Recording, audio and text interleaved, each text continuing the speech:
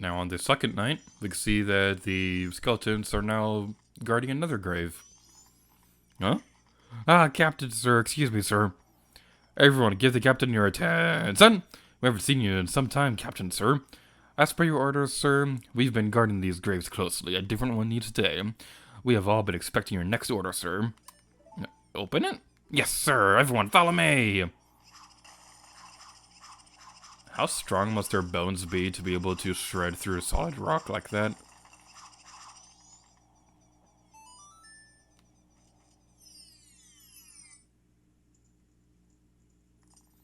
We saw this entrance when we were over there. So now let's go explore this area. Oh no, it's a dead end. Oh well, we tried. This game is over. Alright, so we want to do in this area. You're definitely going to want a magic for this, but probably not enough to justify using Chateau Armani. You can use the Lens of Truth to discover which way is the true way for us to go. I'm going to equip my regular arrows so that I don't have to use too much magic in this area. And we go over here and we can see, oh no, it's just a regular path. There's nothing scary over here. Oh no, something's invisible. It's scary. I want my mommy. There are a bunch of invisible enemies in this room. It's kind of jerkus if you ask me, because if you're going to attack somebody, the least you could do is do it while visible. I mean, that's just fighting 101. That's just manners. Oh boy. Tell out to other people who play Splatoon and hide in the ink and wait for people to come by and then use their Splat Whirler. It's a very good strategy, but it's kind of a cheap one and I don't like it. Anyway, we're not talking about Splatoon, we're talking about Majora's Mask. So, we're going to be going over this way. And we go over here and, attacking this wall makes it sound a little different. I wonder if that is a hint at what we need to do.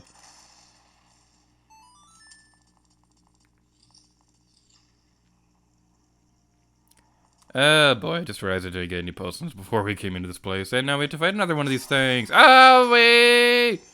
I still have the bomb mask on. I blew up my face. I guess you could say that's tragic. Quite literally blew up in my face. Oh, that ain't joke. So you could try using arrows on it, but the armor is a bit too strong for that. So instead, we're going to be going all Xenoblade style and using a backslash.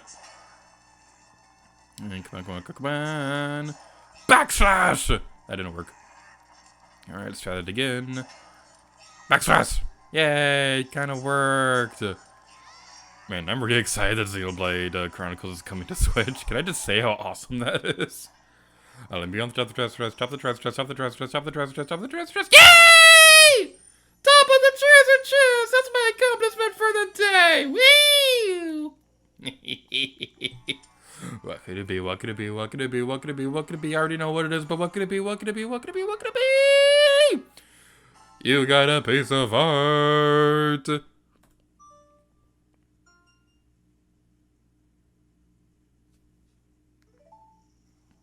Alrighty then, so now we're taking care of that. I'm going to meet you guys back outside of the graveyard so we can proceed towards the final objective. You respond. You're not supposed to respond, you're supposed to be dead. Die!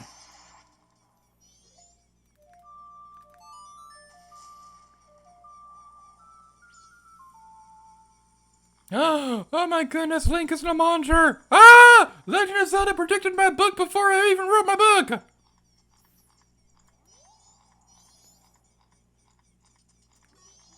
Huh? Captain, sir, excuse me, sir. Yay, repeat a dialogue. Open the grave. I still want to know, how strong are their bones to be able to shred through rock like that? And how's nobody ever made a video about that? No, whatever. So, we're going over here, beneath the graveyard, one last time. So, the events underneath the graveyard beyond the first day are not required for story progress, but you do need to get the Song of Storms to be able to finish the game, just keep that in mind. So, we can go over in this area, and we can see Dalbe's down here. Ah, no. Okay, this right here is a wall master. Keep an eye out for it by watching for its shadow on the floor. Get it before it gets back to the ceiling. Oh boy, do I have stories about that enemy, which I won't tell for a little while. But, going over here, we could talk to Dompe. Go away. He won't talk to us if we have the captain's out, but if we don't have it on, he'll be like, you? Who are you? I can't see because it's too bright. You're not a ghost, are you? A fairy? Oh, it was the fairy's light. In that case, it's just perfect. I came looking for the royal family's legendary treasure, but my torch has gone out. I'm sorry, but could you walk in front of me and light the way? You will? In that case, I'll use your light as I walk. Just lead me to the place where you think the treasure chest is buried. I'll even split the treasure with you. I'm counting on you. I love you, Junpei, but I gotta say I'm not that big of a fan of this particular side quest because the thing about this one is that you have to go pretty slowly around this area for Junpei to follow you, because if you're moving around too fast, then he's not going to be able to see Tattle's light or anything like that. If I remember correctly, I think all the spirit lights are all going to be in the same location no matter what, so just keep that in mind. Unless I have a caption on screen correcting me if I'm wrong, which is probably the case, because I didn't fully do research on that before recording this video. But enough about that, because we can go over here, and he'll start again in the next area. Dompe is secretly Shovel Knight, who would have thought? Actually, I have a bit of a fun story. So, at PAX West in 2019, we had I played at the Shovel Knight. What are you doing? But you already dug there. You literally just dug there a moment ago, Dompe. No, go over here. Come over here. Who's a good little Dompe? Who's a cute little Dompe? Alright, so yeah, fun story about Shovel Knight. At PAX West 2019, they had a demo for the King of Cards campaign, as well as Shovel Knight Dig. They also had a demo for the Shovel Knight Showdown game. What I didn't know at the time was that this was only for the press and journalists and things like that. I didn't know that when I was waiting in line for it. So I was standing outside the area watching some other people play because I thought it was a line that everybody could be in. And when they opened up the area, they didn't ask if I was a journalist guy or anything like that. They just let me in. But they also let in another guy who was actually a journalist, and they're asking if I was with them, and I said no. And that's when I found out that I didn't get in trouble or anything like that. It was just a simple misunderstanding, but let's just say that's how I found out that that was only for journalist people and things like that. But enough about that, because what we want to do next, you want to go over here. I believe this is one way that we can take care of this. So when he gets on top of this platform, and as long as only he's on it, the platform will rise. So what you can do is go over here. You gotta be a little bit quick about this, because if I remember correctly, then he will follow you back down here if you are too slow. So we gotta be careful about this. Also, the camera gets a little bit wonky in this area as well, so we gotta be careful. Alright, come on, buddy. Come on, buddy. Also, I gotta say, I love the ceiling in this room. It's just so pretty. Is that a ceiling or is that the stars? It looks like a ceiling. I don't know if it's a ceiling or not. Dompe!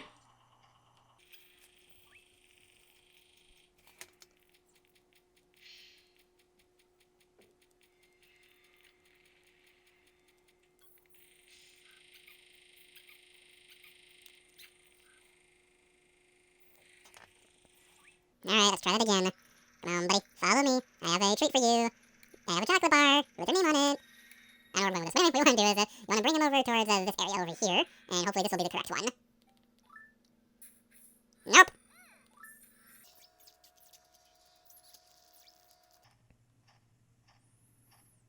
You walk so slowly. Go around the square thing.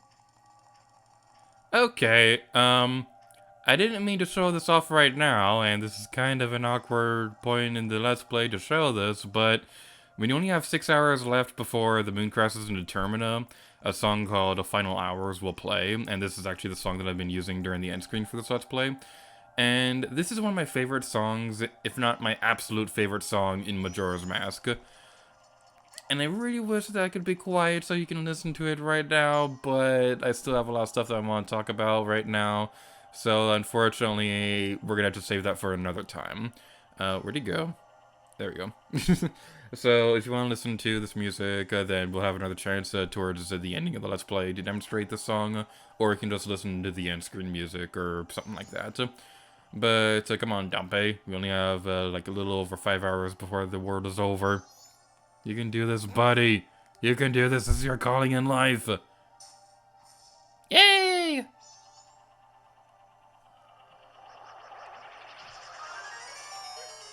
It's the leader of the ghosts. Ghost. Ghost. Toast. Alrighty then, so now we're gonna be facing another bad guy. This is a Big Poe. Ooh, scary.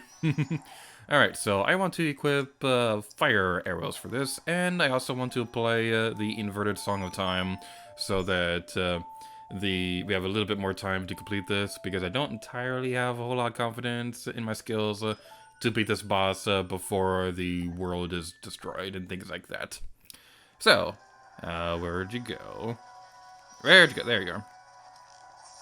Alright, so fire arrows and ice arrows, I believe they do the same amount of damage, but I might be wrong about that. I don't think I'm wrong about that. It's also worth mentioning that if I remember correctly, I think he's in... yeah, he is. Alright, so that sound you hear when it kind of clanks off of the bad guy, like what we heard when we were fighting the Iron Knuckle, that means that your arrow didn't do anything to the bad guy, which means that when he's spinning around like that, he cannot be shot by arrows and things like that. Can we bottle this up? I'm curious about this. Oh! Oh, that is cool. I probably knew that at some point, but I completely forgot that we can bottle up the Big Poe.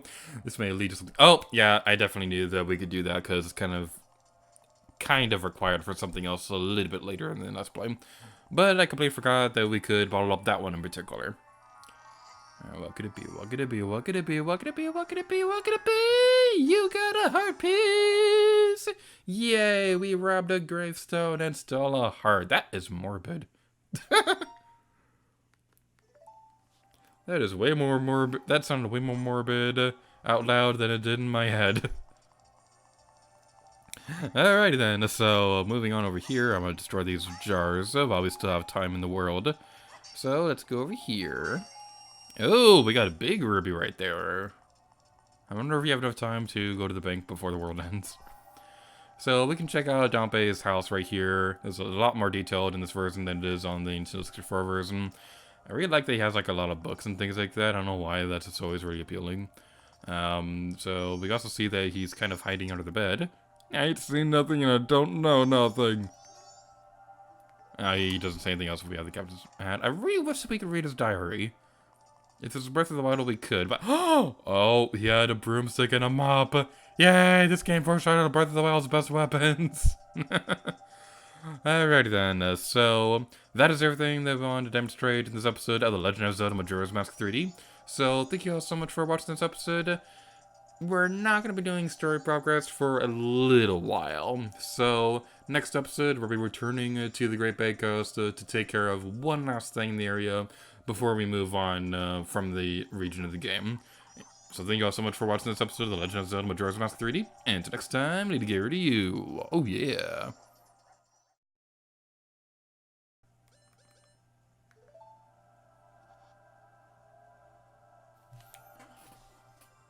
Okay, real quick, it's worth mentioning that you can sell the Big Poe to the Curiosity Shop for 200 rubies. I never knew that.